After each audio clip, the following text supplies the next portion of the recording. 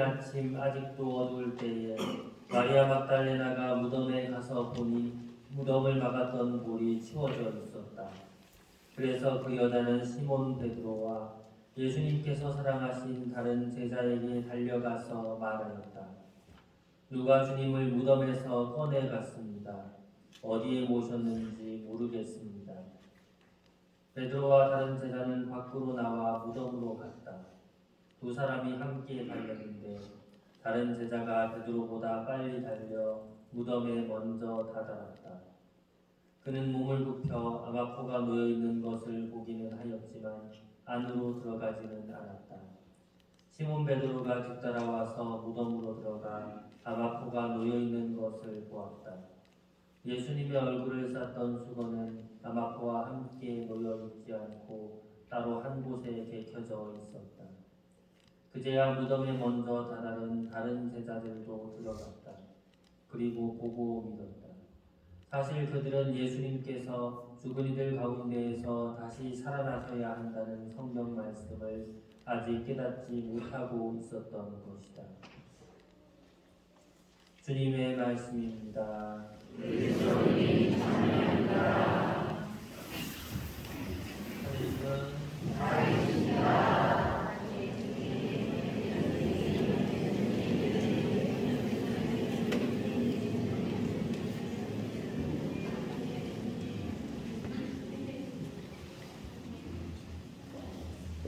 작년 구할 때 제가 준비를 해서 했던 경험이 예수님의 빈무덤 이야기였습니다.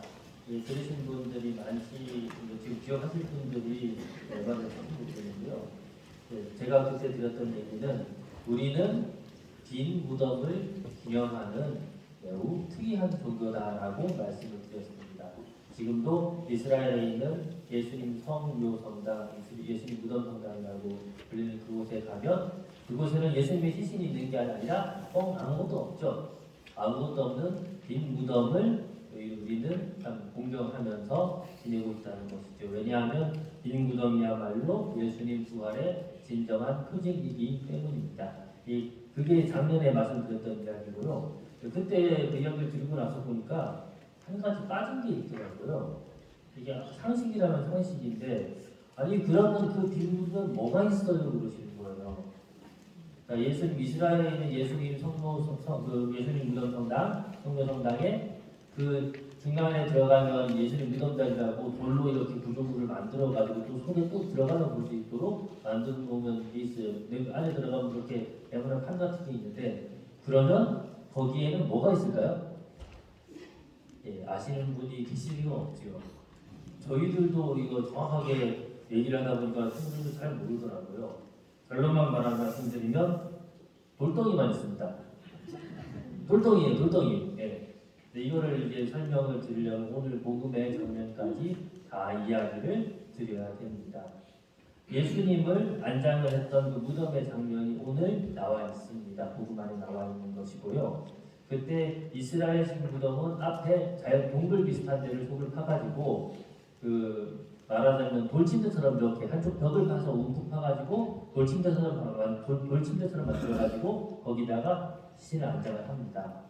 그래서 돌로 받침대 또는 이렇게 옆 벽까지 있는 돌받침대처럼 되는데 바로 그 돌덩이가 예수님 성묘 성당에 남아 있는 겁니다. 그 위치를 그대로 옆을 뜯어내버리고 거기만 보존해서 위에다 건물로 덮어버린 겁니다. 그래서 오늘 복음에 나와 있는 이 아마포가 얹혀 있는 그런 그 위치, 거기에 있는 돌덩이입니다. 돌덩이. 이게 최근에 좀 더 정확하게 한번 방송에 나오게 됐었는데요. 2018년에 예수님의 이제 성묘 성당을 대대적으로 개보수를 했었습니다. 그래서 옛날에 성지순례 가보신 분들은 내부가 막 어둡고 여전히 전통적으로 기름등을 켜놔서 여기저기 떠먹고 그럴 때 어두침침한 중에 들어가셨던 걸 기억을 하실 겁니다. 그런데 제가 2019년에 저희 다행히 코로나 전에 성지순례를 이제까지랑 같이 갔을 때는 검은 그릇을 다 닦아내고 기름등 다 떼서버리고 LED 등으로 바꿔놓은 상태였어요. 농담이 아니고 진짜로 LED 등으로 바꾸고 내부 모자이크 새로 닦고 그래서 내부가 왜 좀 진작에 그렇게 할 것이지. 그렇잖아요. 뭔가 환해졌어요. 반짝반짝 보통 금빛 모자이크가 다시 색깔을 찾아가지고 금빛 모자이크 반짝반짝하고 그 내부 예수님 그 무덤 무덤 뒷무덤 자리 그 보존하는 건물도 깨끗하게 다 닦아놓고 그런 상태로 바뀌어 있었습니다. 그때 내셔널 지오그래피에서 그걸 찍었습니다. 찍어서 예수 내부로 들어가서 여기 돌로 덮어놓은 것을 뗐어요. 돌로 덮은 걸 떼니까 밑에 뭐가 있었냐? 그 나중에 유튜브에서 써보시면 나옵니다. 밑에 또 돌이 있어요. 진짜 그럴 수밖에 없는 게 원래 예수님의 희생이 놓였던 그 돌덩이, 큰 돌덩이, 네모나게 이렇게 위를 다듬어놓은 그 돌덩이를 보존을 하는 것이기 때문입니다. 그 돌덩이 위에다가 다시 그걸 보존하기 위해서 이게 돌판을 새로 얹고 나중에 보존할 또 그 위에 돌판을 새로 얹고 또 그 위에 새로 돌판을 한번 던져가지고 우리는 그렇게 보존을 하고 있었다는 겁니다. 그래서 위에 돌판을 떼니까 옛날에 한 300년대쯤에 그 우리가 전설적으로 알려져 있는 그 콘스탄티누스 대제 시절 그 시절에 보수했던 300년대 정도의 돌이 나왔다고 합니다. 그 밑에까지는 또 못 간대요. 한번도 알 수가 없죠. 그래서 거기에는 돌덩이만 놓여 있습니다. 그리고 그 돌덩이 놓여 있는 거와 함께 우리가 또 중요하게 알아야 되는 게 이 무덤에 무덤으로 들어가 아마포가 놓여 있는 것을 보았다. 예수님의 얼굴을 쌌던 수건은 아마포와 함께 놓여 있지 않고 따로 한 곳에 개켜져 있었다. 자, 이곳에 이 구절 무덤의 상황을 의미하던 이 구절에 대해서도 좀 말씀을 드려야 됩니다. 그러니까 그 돌 위에 예수님의 시신을 이렇게 매장하게 얹어서 매장하게 되어 있는 거를 더 덮고 하는 게 아니고 그 당시에 이 매장하던 관습이 일단 사람이 시신이 오잖아요. 얼굴을 수건을 한번 이렇게 덮어 얼굴 앞쪽에서부터 수건을 한번 덮어요. 잘 묶어요. 이렇게 해서 얼굴이 소중하니까.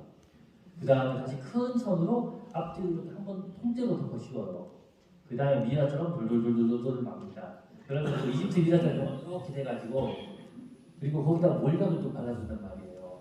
그러면 이제 딱 붙듯이 이렇게 불로 붙어가지고 미라처럼 됩니다. 이거를 뭐 천을 많이 쓰느냐 적게 쓰느냐 차이인데 자 그런데 그럼 그 안에 있는 사람이 밖에 나오려면 어떻게 돼요? 천 돌돌돌돌돌 다 풀고 그걸 뜯어내고 얼굴 뜯어 해야지 나올 수가 있는 겁니다. 자 그럼 어떻게 되겠어요? 천이 박살이 나야 되는 게 맞잖아요. 그런데 예수님의 이 무덤에서는 요즘 이게 그 패션 오브 크라이스트 영화 보시면 기억나실지 모르겠는데 우리가 요즘 학자들이 이해하는 거는 이 돌돌돌돌 말아가지고 이렇게 미라처럼 돼 있는데 예수님이 그걸 뚫고 나가신 게 아니 찍고 나가신 게 아니잖아요. 그대로 살아있어가지고 마치 많은 이게 미라 또는 골치 같은 게 있던 게 숨이 혹 꺼져가지고 안에 계셨던 예수님만 뿅 하고 사라졌다라는 것을 표현하는 것이 바로 이 장면입니다. 그리고 더욱 중요한 거는 아까 얼굴을 쌌던 수건이 제일 안쪽에 있잖아요. 그런데 그게 밖에 나와가지고 잘 되어져 있었다라고 해석을 하는 겁니다. 무슨 말씀인지 아시겠죠? 냉장고에 물컵 넣었는데 냉장고 문을 안 열었는데 물컵이 밖에 나왔어요. 이런 개념인 거예요. 그래서 그것을 보고 제자들이 와서 놀라서 믿었다라는 것이 학자들의 주장입니다. 물론 그냥 이 해석에 따라서는 다른 천은 그냥 돌려서 풀고 얼굴만 잘 대놨다로 해석을 하는 사람들도 있습니다. 중요한 거는 예수님의 시신을 훔쳐간다든지 아니면 뭐 어떻게든 뭐 대충 이렇게 예수님이 안에서 뜯고 나오든지 그러면 이 모습이 나올 수 없다는 겁니다. 특히나 훔쳐갔다면 얼굴을 쌌던 수건을 이게 몰락몰락해서 따로 뜯기도 힘들어요. 그걸 빼고 다시 잘잘잘 해가지고 소중하게 뭉쳐놓을 이유가 없다는 겁니다. 그래서 그 아마포가 그대로 놓여있고 예수님 얼굴을 쌌던 수건은 제일 안쪽에 있었던 건데 오히려 한 곳에 겹쳐져 있었던 것을 보면서 제자들은 이걸 보고 놀라워 했다는 겁니다. 우리는 똑같이 이걸 보면서 천이 있었다네, 그렇구나가 아니라 이것을 통해서 제자들이 놀라워하면서 믿으려고 하였구나를 봐야 합니다. 그런데 이게 상식적으로 이렇게 잘 알려져 있지는 않고 그런 모양이네라고 좀 많이 알려져 있었던 것 같습니다. 이것은 그러니까 놀라운 일이다라고 보시면 되겠습니다. 물론 이 이 장면을 포함해서 제자들이 예수님의 부활을 믿는 데는 단번에 믿지 못해서 복음이나 복음 안에서도 수차례 여러 번 통해서 믿는 것이 설명이 되고 있습니다. 그리고 그런 증거들은 여러 가지입니다. 로마 병정들이 불침범선을 지켰다는 것, 또 그리고 부활하신 예수님을 사실 여러 번 만났다는 것, 혼자서가 아니라 여러 번 함께. 그래서 이 사도들은 부활이 그들에게 엄연한 사실을 자기들이 못 믿었는데도 믿게 되었음을 찬찬히 복음을 통해서 써 나갔습니다. 그리고 가장 중요한 증거로서 예수님이 그냥 싹 일어나셔가지고 사실 나 안 죽었어 하고 나왔으면 사도들이 왜 순교를 해야 돼요? 순교를 할 이유가 없는 거죠. 누가 훔쳐갔으면 순교를 할 이유가 없는 거죠. 예수님의 부활을 그들이 깨닫고 믿었기 때문에 예수님의 제자들 사도들은 수없이 다른 나라로 선교를 떠나서 요한 외에는 모두가 순교를 했습니다. 그 증거 자체가 예수님의 부활을 굳게 믿었던 사도들의 또 사도들의 증거이며 또 우리 또한 그들의 모범을 보고 예수님의 부활을 믿어야 할 그런 사건입니다. 그래서 조금 더 명확히 생각하면 우리는 돌덩이만 보관하고 있습니다. 그렇지만 그것이 바로 부활의 가장 큰 증거임을 우리도 함께 믿어야 할 것입니다. 아멘.